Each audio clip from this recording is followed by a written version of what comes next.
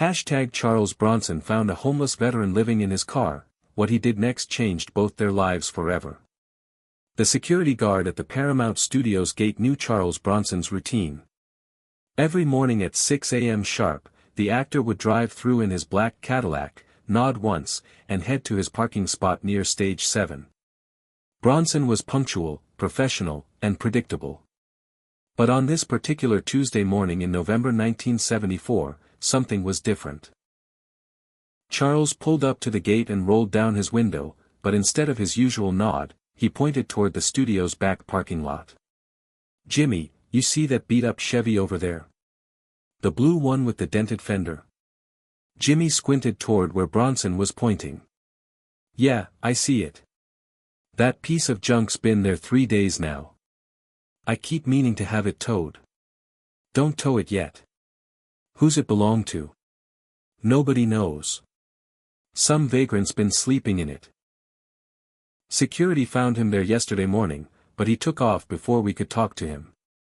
Probably be back tonight." Charles nodded slowly. "What did he look like?" "White guy, maybe 45, 50 years old. Skinny as a rail. Had an old army jacket on." Jimmy paused. "Why you asking, Mr. Bronson?" "Just curious." But Charles Bronson was more than curious. He was concerned. And when Charles Bronson was concerned about something, he didn't just walk away. That evening, instead of heading home after filming Wrapped, Charles drove back to the parking lot. Sure enough, the blue Chevy was there, and through the rear window, he could see a figure lying across the back seat. Charles parked his Cadillac 20 feet away and waited. He'd learned patience in the coal mines of Pennsylvania, where rushing could get you killed. He could wait as long as it took. Around 8 p.m., the car door opened and a man stepped out. He was exactly as Jimmy had described, thin, middle-aged, wearing a faded army jacket that had seen better decades. The man looked around nervously, then began walking toward the studio's dumpsters. Charles got out of his car. "Evening." The man spun around, startled. When he saw Charles Bronson walking toward him, his face went white. "I wasn't doing nothing wrong," the man said quickly. "I was just leaving. I'll move the car right now." "Relax," Charles said. "I'm not security." "Name's Charles Bronson." The man's eyes widened. "The actor? The guy from the Magnificent Seven?" "That's me." "What's your name?" "Eddie. Eddie Kowalski." He paused, then added almost defiantly, "And yeah, I been sleeping in my car. But I ain't bothering nobody." Charles looked at Eddie Kowalski, really looked at him. Beneath the stubble and the dirt, he saw something familiar. The hollow eyes of a man who'd seen too much. The defensive posture of someone who'd learned to expect the worst from people. The careful way he held himself, like he was ready to run or fight at any moment. Charles had seen that look before, in mirrors during his own hardest years. "Army?" Charles asked, nodding toward the jacket. "Vietnam. 2 tours." Eddie's voice was flat. "Got back in '68. Long time ago." "Not long enough." They stood in silence for a moment, two men from different worlds who somehow understood each other perfectly. "You hungry, Eddie?"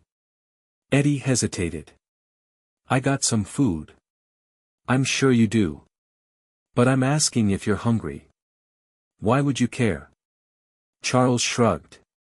"Maybe because I know what it's like to be hungry. Maybe because you served your country and deserve better than sleeping in a parking lot. Maybe because it's Tuesday and I don't have anything better to do." Eddie studied Charles's face, looking for the catch, the angle, the reason why a famous actor would want to help a homeless veteran. He didn't find one. "There's a diner about 10 minutes from here," Charles continued. "Nothing fancy, but they make decent burgers. You interested?" 20 minutes later, they were sitting across from each other in a red vinyl booth at Mel's Diner on Sunset Boulevard. Eddie was working on his second cheeseburger and third cup of coffee. Charles nursed a black coffee and watched the man eat like he hadn't seen food in days. Because, as it turned out, he almost hadn't. "When's the last time you had a real meal?" Charles asked. Eddie thought about it. "Sunday, I think. Maybe Saturday. Lady at the church gave me a sandwich." "What about work?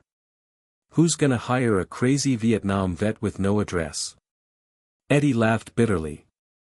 "I put in applications everywhere. Construction, warehouse work, anything. Soon as they find out I've been living in my car, suddenly the job's been filled." "What did you do in Vietnam?"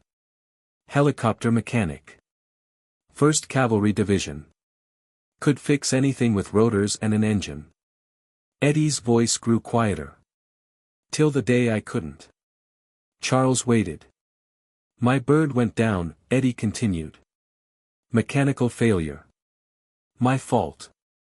5 good men died because I missed something in my pre-flight check." He stared at his coffee.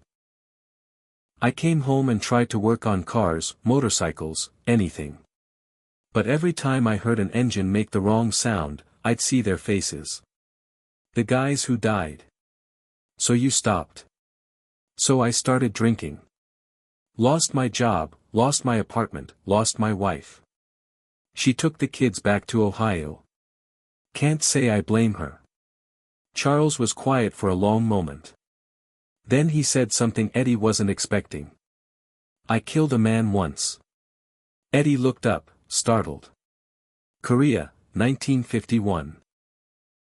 I was 28 years old, scared out of my mind, and carrying a rifle I barely knew how to use."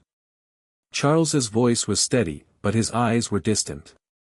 "Chinese soldier, probably about my age. He came around a corner and there we were, face to face. I shot him before I even thought about it. That's different. That was war. That was kill or be killed." "Was it?" Charles leaned forward. "I went over it in my head for years afterward. Maybe I could have captured him. Maybe I could have called out, given him a chance to surrender. Maybe he had a family back home, kids who were waiting for daddy to come back." Eddie was listening now, really listening. "Point is," Charles continued, "I carried that weight for a long time. Still do. But I learned something important. The weight doesn't get lighter by carrying it alone." "What's that supposed to mean?" "It means you're not the only guy who's made mistakes. You're not the only guy who's lost people. And you're sure as hell not the only guy who deserves a second chance." Eddie's eyes filled with tears. "Those men died because of me. Those men died because there was a war. You didn't start that war, Eddie. You just tried to do your job in the middle of it. Sometimes in war, good people die despite everyone's best efforts. That's not your fault. That's just war." They sat in silence while Eddie processed this. Finally, he spoke. "Even if that's true, what am I supposed to do now? I got no money, no job, no place to live." Charles signaled the waitress for more coffee. "You got skills. You said you could fix anything with an engine. I told you, every time I try to work on something.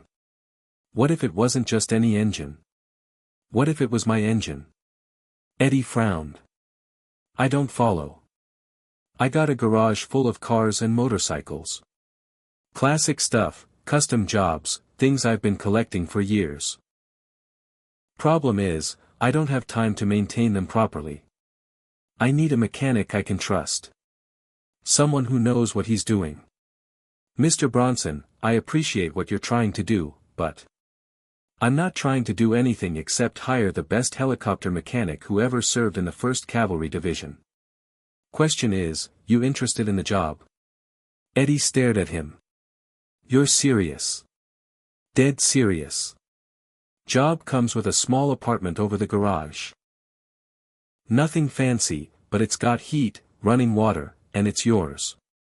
Pays decent. You'd be working alone most of the time, so if you need to take breaks when things get tough, nobody's gonna give you grief about it. Why would you do this for me? Charles finished his coffee and stood up. Because 30 years ago, I was sleeping in my car too. Different reasons, but same result. And somebody gave me a chance I didn't deserve. Maybe it's time I passed that along. Eddie Kowalski moved into the apartment over Charles Bronson's garage the next day. For the first week, he barely spoke, just worked quietly on the various cars and motorcycles. Charles would check on him occasionally, but mostly left him alone. Slowly, Eddie began to open up. He started with small things, asking Charles about the history of a particular car, or explaining what was wrong with a motorcycle's engine. Then, gradually, the conversations grew longer. Charles learned that Eddie had been a high school teacher before Vietnam, that he'd married his college sweetheart, that he'd coached Little League baseball. Eddie learned that Charles had grown up poor, that he'd worked in the coal mines to support his family, that fame hadn't changed his fundamental belief in helping people who needed help. 6 months later, Eddie was like a different person. He'd gained weight, his color had returned, and most importantly, the hollow look in his eyes had begun to fade. He was working on engines again without having panic attacks. He'd even started talking to his ex-wife on the phone. But the real breakthrough came on a Saturday morning in May 1975. Charles walked into the garage to find Eddie working on a vintage Mustang, humming to himself. It was the first time Charles had heard Eddie make any sound that resembled contentment. "How's she running?" Charles asked. "Like a dream," Eddie replied, then paused. "Mr. Bronson, can I ask you something?" "Shoot. That story you told me at the diner, about killing that soldier in Korea. Was that true?" Charles was quiet for a moment. "No, Eddie. It wasn't." Eddie set down his wrench and looked at Charles. "Then why'd you tell me?" "Because you needed to hear that you weren't alone.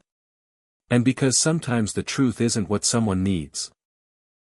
Sometimes what they need is hope."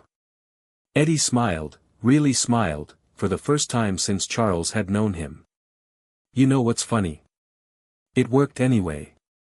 Because the real truth is, you did save someone's life. You saved mine." Charles clapped Eddie on the shoulder. "You saved your own life, Eddie. I just gave you a place to do it." Eddie Kowalski worked for Charles Bronson for 12 years.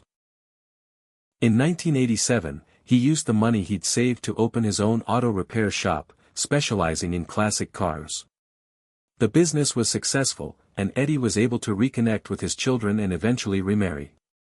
But every year on Veterans Day, Eddie would drive to Charles Bronson's house with a bottle of beer and a pack of cigarettes. They'd sit in the garage, surrounded by the cars Eddie had restored, and talk about everything and nothing. "You know what I learned from you?" Eddie asked during one of these annual visits. "What's that?" "That being tough isn't about being hard. It's about being strong enough to help other people when they can't help themselves." When Charles Bronson died in 2003, Eddie Kowalski was one of the pallbearers at his funeral. After the service, a reporter asked Eddie why Charles had been so important to him. Eddie thought for a moment, then said, "Charles Bronson played tough guys in the movies. But in real life, he was something better. He was a decent man who saw another man sleeping in a car and decided that wasn't acceptable. Not on his watch." Eddie paused, looking out at the crowd of mourners. "You want to know what real toughness looks like? It looks like a famous actor sitting in a diner at 8 p.m. on a Tuesday, listening to a broken-down veteran tell his story and deciding to do something about it. That's the Charles Bronson I'll remember." Today, Eddie Kowalski still runs his auto repair shop in Los Angeles. Above his workbench, there's a framed photograph of him and Charles Bronson standing next to a restored 1967 Camaro. Below the photo is a simple plaque that reads, "Sometimes helping someone else is how you save yourself." But Eddie knows the real truth. Charles Bronson didn't just give him a job or a place to live. He gave him something much more valuable. He gave him back his dignity, his purpose, and his belief that good people still existed in the world. And sometimes, when Eddie is working on a particularly challenging repair, he can almost hear Charles Bronson's voice echoing in the garage, "Take your time, Eddie. Do it right.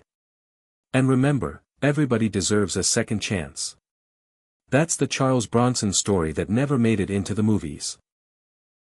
The story of a tough guy who understood that real strength isn't about what you can destroy, but about what you can build back up. One homeless veteran, one conversation at a time.